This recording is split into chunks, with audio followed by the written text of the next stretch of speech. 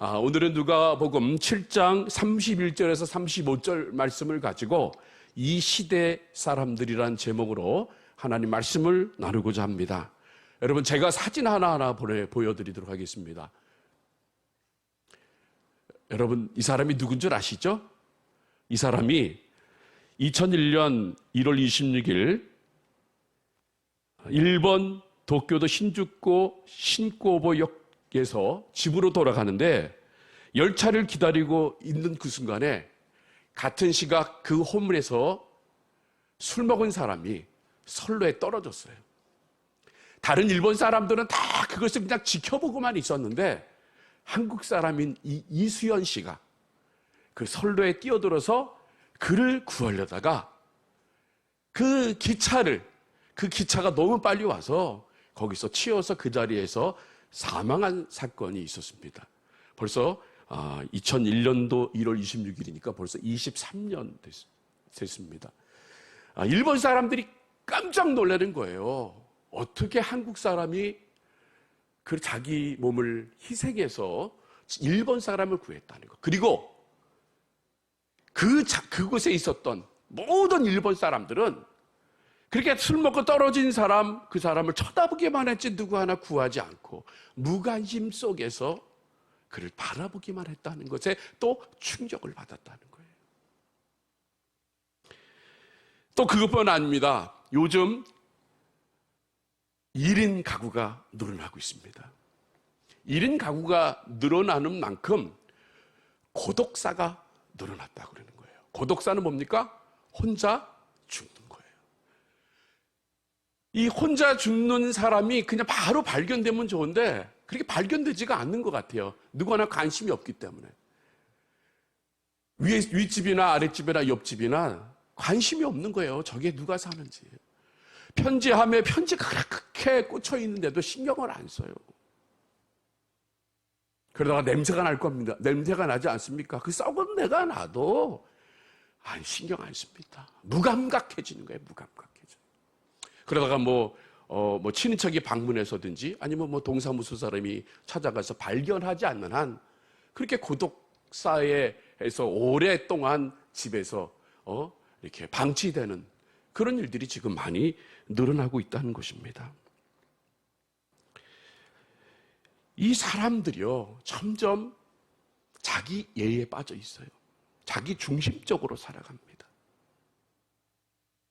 자기에 관련된 일에는요, 관심이 너무나 있어요. 자기가 먹고 즐기는 일이면은 관심이 있는데, 그러나 다른 것에 대해서는 관심이 없어져요. 관심이 사라져 버립니다.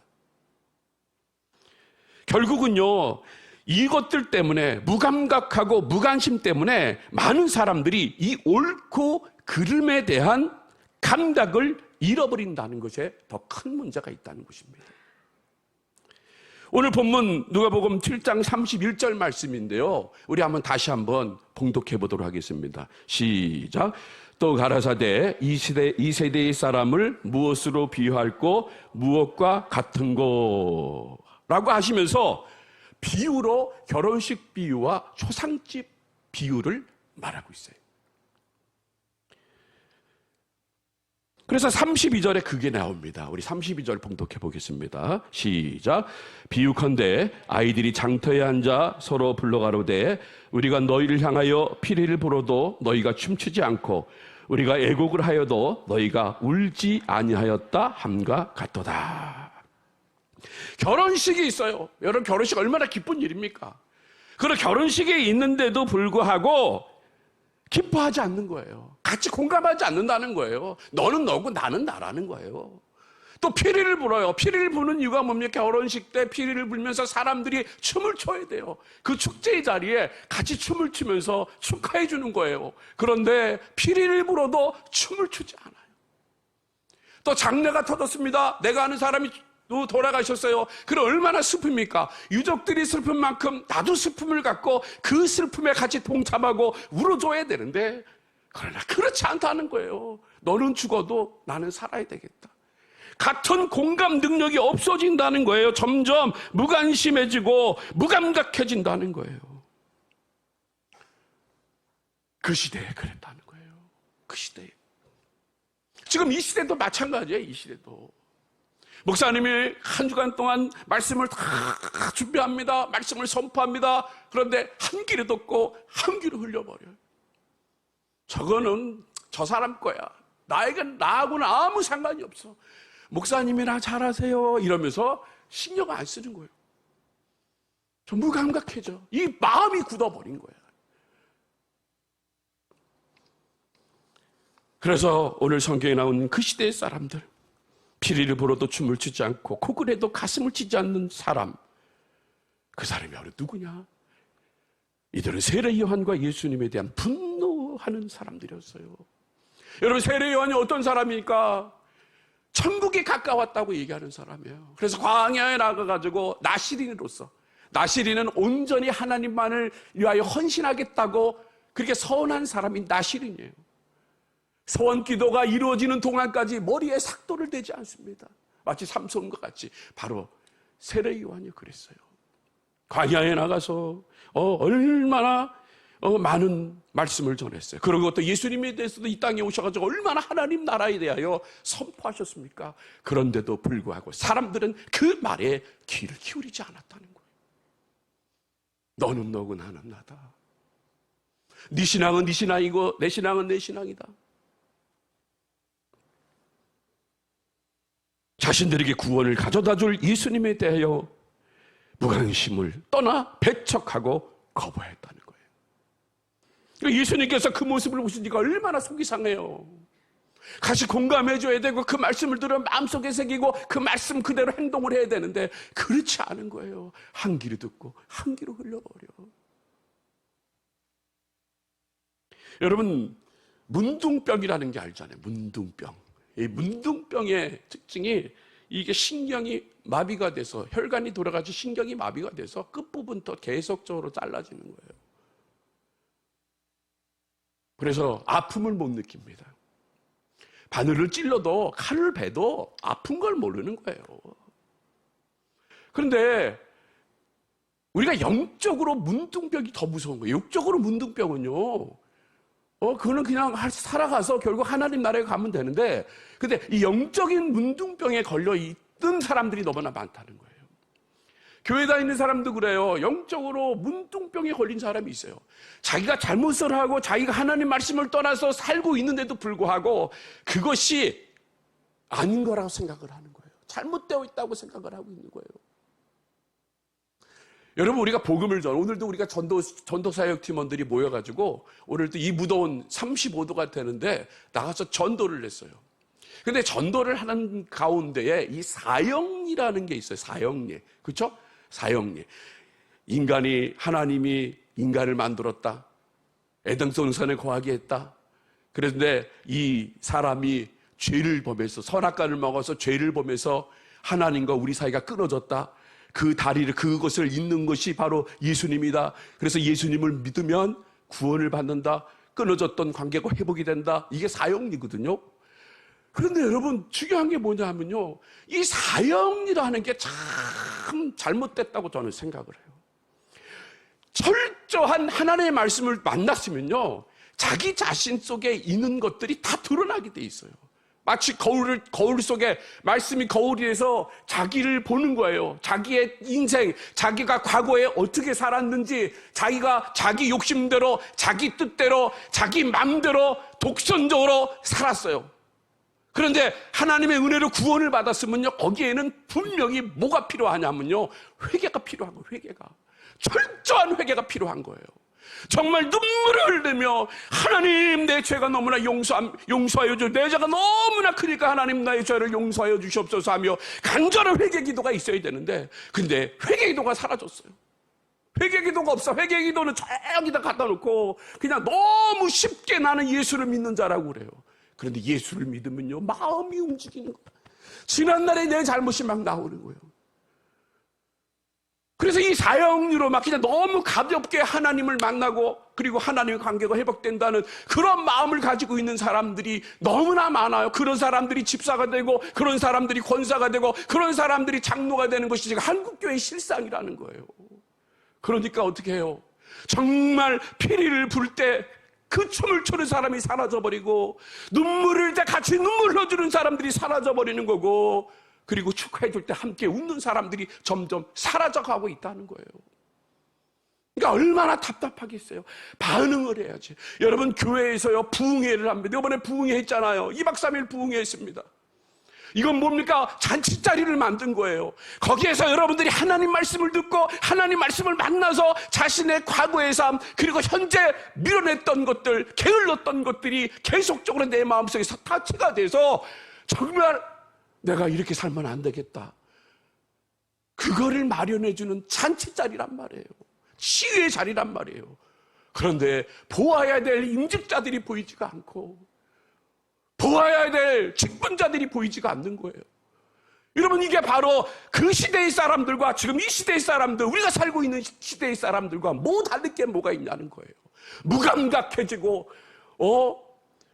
무관심해지는 사회 속에서 우리가 살아가고 있다는 거예요. 이게 얼마나 하나님 보시기에 안타까운 일인 거예요.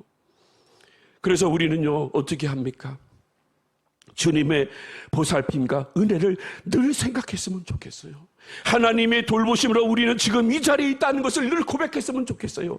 지금 이 자리가 하나님이 함께 하심에 은혜가 있다는 것에 대하여 우리는 느껴야 하는 거예요. 반응해야 한다는 거예요. 하나님이 오늘 우리들과 함께 계셔서 우리 예배를 받으시고, 하나님이 지금 내 안에 계셔서 내가 성령 충만함으로 내가 하나님 앞에 예배 드린다는 것을 감각을 되찾고, 그리고 반응할 수 있는 그런 사람들이 우리가 되어야 되는데 그렇지 않다는 거예요.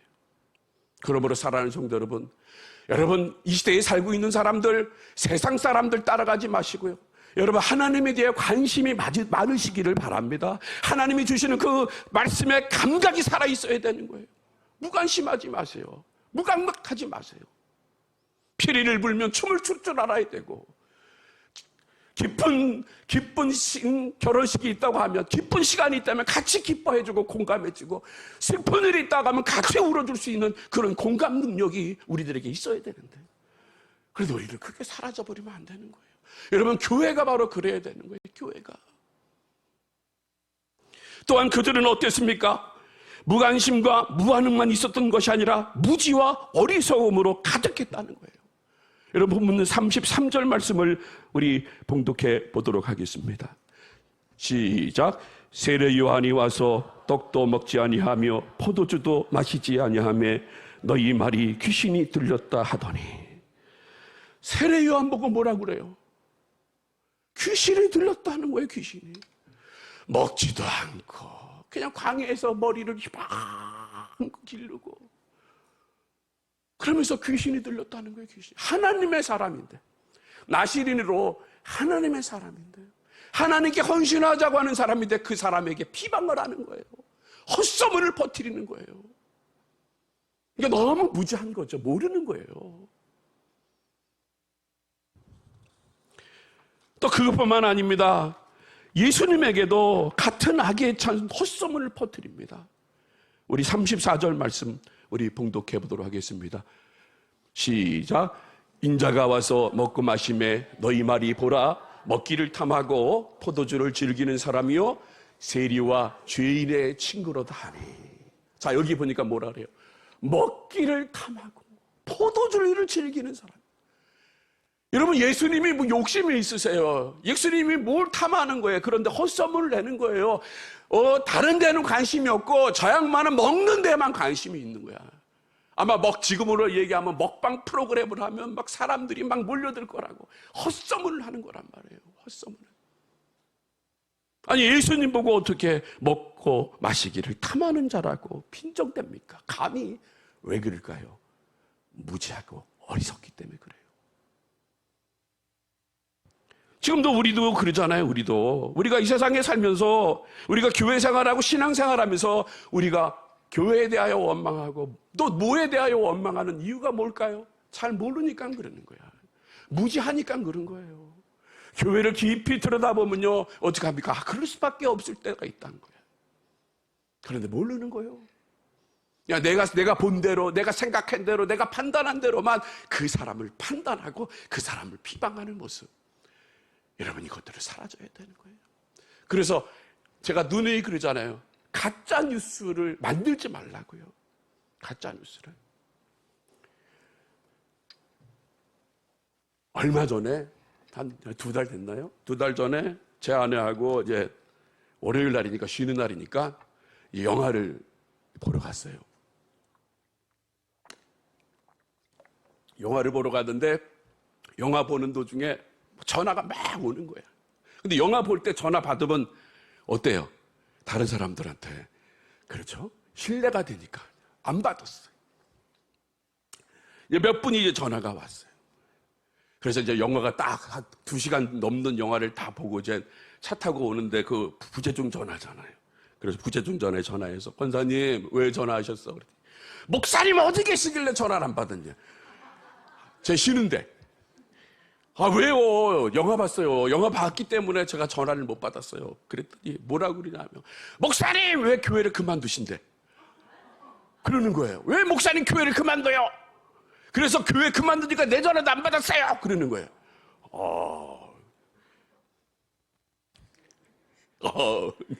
아니라고 저희 입에서 그런 거 한 번도 때가 되면 알아서 하지만은 지금 뭐 그렇게 제가 말한 적이 없는데요.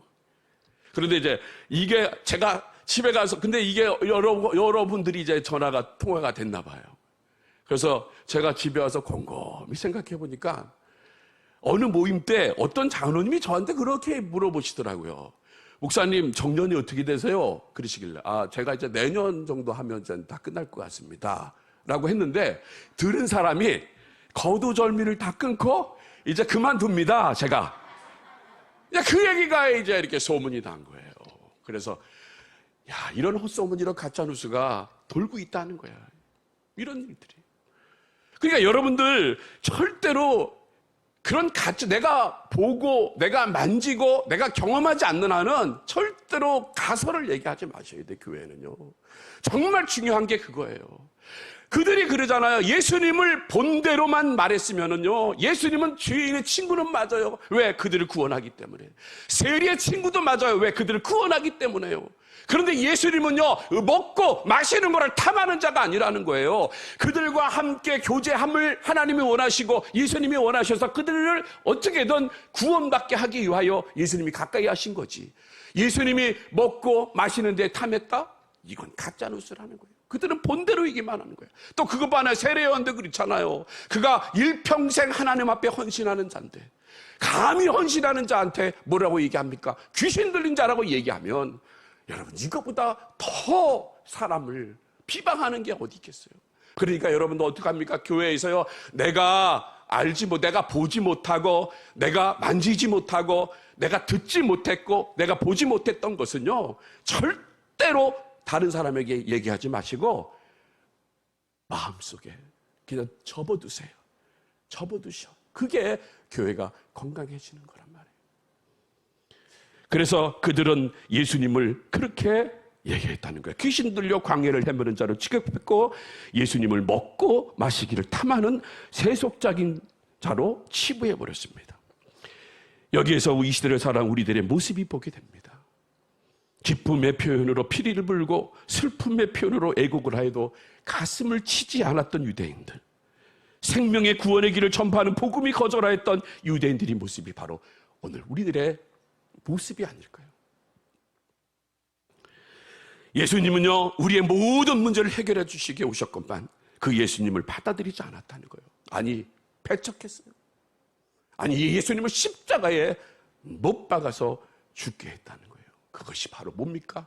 무지했고 어리석었기 때문에 그래요.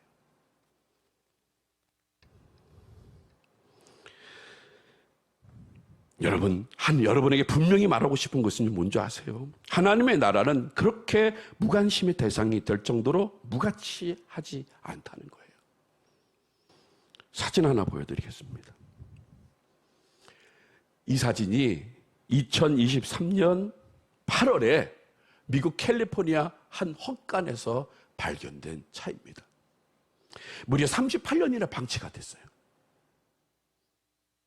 이 차의 이름이 뭐냐면 1959년에 생산한 포르쉐 356A 쿠페 차를 발견하게 됩니다. 이 주인은요, 이 차를 그냥 너무 하찮게 여겼어요. 그냥 창고에다가 갖다 둬버렸어. 저렇게 먼지가 막 쌓였잖아요. 쳐다보지도 않았어. 그런데 이 차를 알아보는 사람이 그 차를 보고 깜짝 놀란 거예요.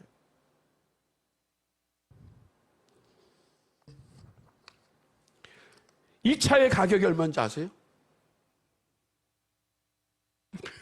이 차의 가격, 놀라지도 않을 거야. 100억을 얘기해도 200억을 얘기해도 놀라지 않을 것 같은데 정확히 4억 5천만 원의 경매가 됐다는 거예요. 여러분, 창고에 저렇게 38년 동안 방치됐는데, 근데 전문가의 눈에는 그게 그만큼 가치가 있는 차예요.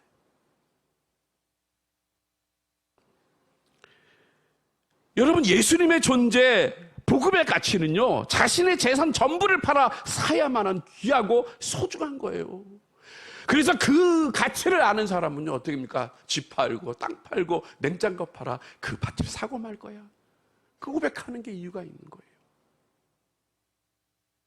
그런데 그 나라가 저들의 눈앞에 지금 다가와 있음에도 저들은 무지했습니다. 저들은 어리석은 자들이었습니다. 예수님이 곁에 계셨음에도 불구하고 그 가치를 알지 못하고, 그리고 나아가 배척까지 했다는 것. 여러분, 이게 얼마나 안타까운 일이에요. 근데 이제 이 무지하고 어리석고 무관심하고 무반응한 사람들 반대로 지혜로운 사람을 얘기하고 있습니다. 과연 지혜로운 사람이 누굴까? 바로 우리 35절 말씀을 한번 봉독해 보겠습니다. 시작. 지혜는 자기의 모든 자녀로 인하여 옳다함을 얻느니라. 자, 이것을 마태복음 11장 19절 하반절에 보면요, 뭐라고 말씀하시냐면요, 저기 지혜는 써있죠. 마지막에 지혜를 한번 거기서부터 읽어볼게요. 시작. 지혜는 그 행한 일로 인하여 옳다함을 얻느니라. 그러니까 이 말씀, 바로 지혜로운 사람이 우리가 되어야 되는데, 지혜로운 사람이 뭐냐 하면 주님의 말씀에 반응하는 사람을 얘기하는 거예요. 주님이 말씀하시면요, 즉각적으로 움직이는 사람을 얘기하는 거예요.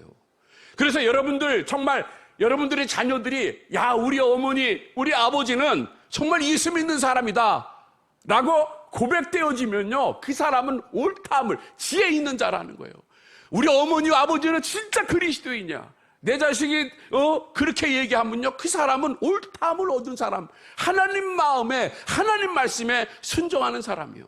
그런데 자식이 부모님을 보고, 우리 부모님은 교회를 왜 다녀?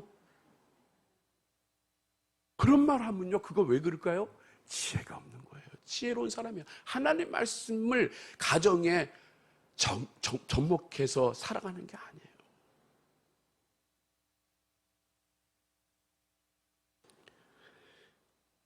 우리는 즉각적인 반응이 있어야 돼요. 순종하는 마음이 있어야 돼요. 지금까지 능히 혼자서도 잘 살아왔고 앞으로도 잘 살 수 있다는 생각하는 그 어리석음을 우리는 버려야 합니다. 진정한 지혜는 주님을 받아들이는 것이고, 진정한 지혜자는 부르심에 순종하는 것이고, 주님의 말씀을 끝까지 붙들고 붙잡고 살아가는 사람, 바로 이런 사람이 지혜로운 사람이에요. 우리 옆 사람에게 인사하시기 바랍니다. 지혜로운 사람이 되시기를 바랍니다. 여러분, 사울왕이 버림받은 이유가 뭘까요? 사울왕이 무지해서 버림받았어요. 교만해서 버림받았어요. 독선적이기 때문에 버림받았어요. 자기가 모든 걸 다 하려고 하니까, 자기가 하는 모든 일이 다 옳다고 하는 독선에 빠져 있는 사람이었기 때문에 하나님께 버림받았다는 거예요. 그런데 여러분, 다윗이 하나님 마음에 합한 자로 인정받은 이유가 무엇인지 아십니까? 지혜로웠기 때문에 그래요. 하나님의 말씀대로 즉각적으로 반응했던 사람이기 때문에 그래요. 하나님 말씀이 임해지면 그 말씀이 내게 임해서 그 부르심에 순종했고, 주님의 말씀을 받아들이는 자였고, 주님의 말씀을 믿고 따르는 자였어요. 하나님께 자신의 삶을 다 맡긴 사람이었단 말이에요. 여러분, 대표적으로 다윗과 골리앗 싸움을 여러분 아시잖아요. 다윗과 골리앗 싸움. 근데 우리는 늘 다윗이 만군의 주 여호와의 이름으로 나가서 싸워서 이긴 것만 우리가 생각을 해요. 물맷돌을 던져서 그 물맷돌의 짱돌이 골리앗의 이마에 박혀가지고 이겼다. 그래서 우리들도 그래. 그렇죠? 우리도 야 믿음 만유의 주 하나님 이름으로 나가는 거야. 그러면 모든 게 다 잘 돼. 사업도 잘 되고, 그리고 뭐 직장도 잘 되고, 가정도 잘 되고. 우리는 그렇게 생각하고 있어요. 여러분, 여기에 포커스가 있는 게 아니잖아요. 여기에 중심, 핵심이 여기에 뭐 다윗이 물맷돌을 가지고 다윗과 싸워서 승리했다는 게 중심이 아니라, 여러분 생각해 보세요. 우리가 다윗과 같은 마음을 가지고 나가더라도 세상은 그렇게 호락호락하지 않아요. 사업이 내 마음대로 돼요. 내가 생각한 대로 만유의 주 여호와 하나님만을 믿고 나가면 우리 사업이 잘 될 것이다. 그러면 모든 기독교인들은 지금 다 부자가 됐을 거예요. 빌딩도 올리고. 그렇게 안 되는 사람이 더 많은 거예요.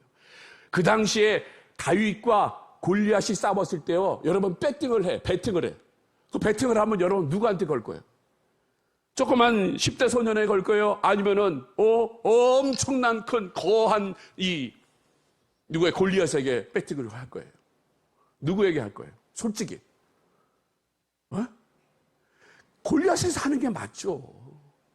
저도 그렇게 생각해요. 네가 백날 해봐야 안 된다. 그런데 다윗이 다른 사람들이 다 봤어요. 유대인, 이스라엘 백성들이 다 골리앗을 보면 벌벌벌벌 떨었습니다. 그런데 골리앗은 조롱을 했어요. 뭘 조롱을 했습니까? 만군의 여호와 이름을 조롱했다는 거예요. 하나님의 이름을 조롱했어요. 하나님의 이름을 땅에 떨어뜨렸어요. 그러니까 다윗이 생각할 때 나라도 나가서 싸워야 되는 거예요. 나라도 나가서. 하나님 말씀에 임했기 때문에 나라도 나가서 싸워야지 하나님의 이름이 높여지지. 내가 비록 거기가 죽어도 괜찮아. 내가 그 싸움에서 나가 죽어도 괜찮아. 그런데 누구 하나 나서지 않는 거. 하나님 말씀에 임했는데 하나님 말씀이 분명히 있는데 그러나 누구 하나 나가서지 않고 하나님의 이름이 땅에 떨어져 있는데도 불구하고 나가서지 않아. 그래서 그는 나가야 될 수밖에 없기 때문에 그래서 나간 거예요. 여러분 바로 우리들도 그래야 돼요. 우리 인생도요. 다른 이 시대에 살고 있는 사람들이요, 자기 마음대로 살아.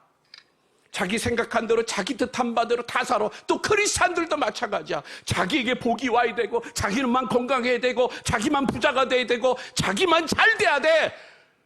이런 사람들 상황 가운데 거기에 그 부류에 속하는 게 아니라 우리는 십자가의 길을 걸어야 한다는 거예요.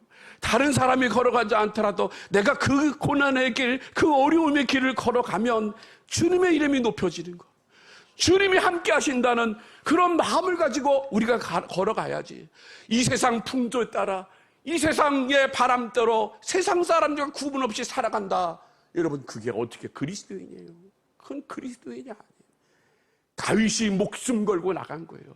죽으면 죽으리라 하는 그 에스더의 심정을 가지고 나간 거란 말이에요. 우리들도 그래야죠. 우리들도. 저는 오늘 우리 전도부 식구들을 칭찬하고 싶은 게 바로 그거예요. 35도가 됐는데도 나가서, 얼굴 새빨간데도 나가서 복음을 전했어. 다른 사람들이 그 더운 날에 복음을 전하지 않더라도 우리 전도사역팀은 이 시대의 풍조를 따르지 않고 나가서 전도했어요. 예수 믿으시라고, 위젤게 좋은 교회라고. 그러면서 복음을 전했다는 거예요. 딱 끝나고 나오니까 얼굴이 새빨개요. 새빨개. 왜? 더운 데서 1시간 동안 복음을 전했기 때문에. 바로 이것이 하나님 말씀에 반응하는 것이고 하나님 말씀에 관심이 있는 것이고 무지하지 않고 어리석은 것이 아니라는 거예요.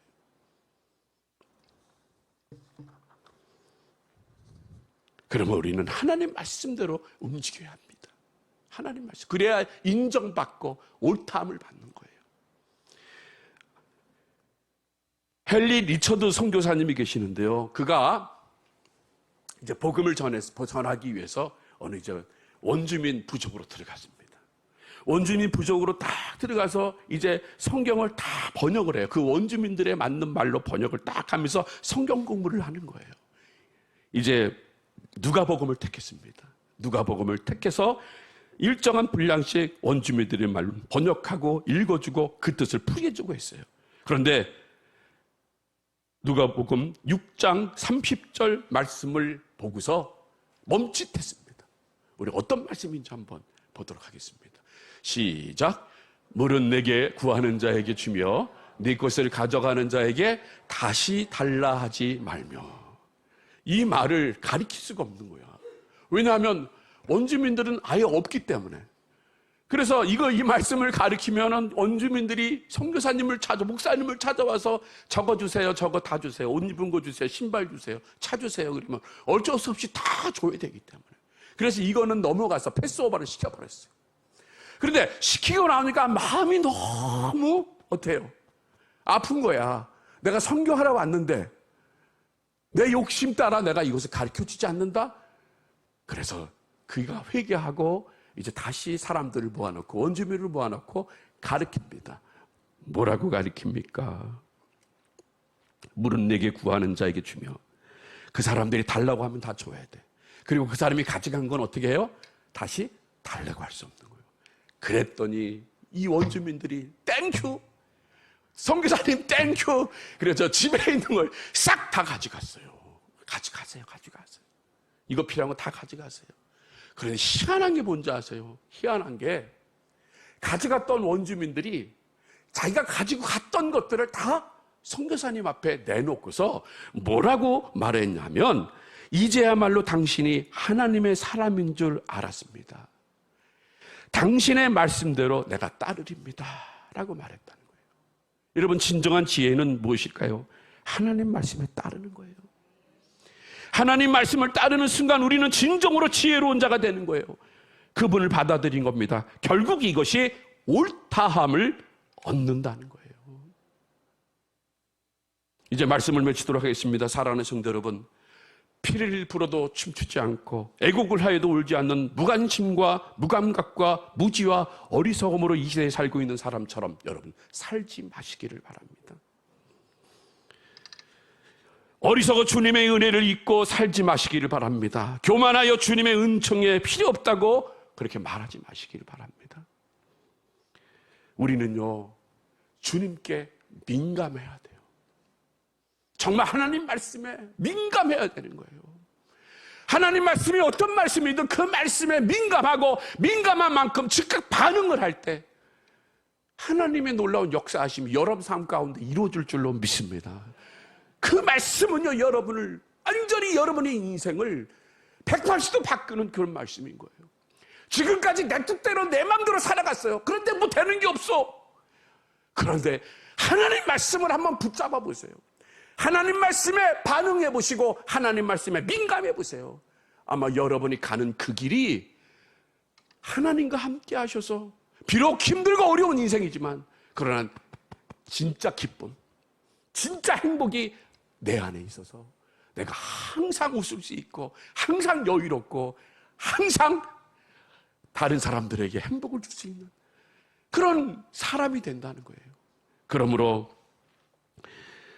이런 주님의 요청에 즉각 반응하셔서 주님을 기쁘시게 하는 저와 여러분들이 되시기를 주님의 이름으로 축복합니다.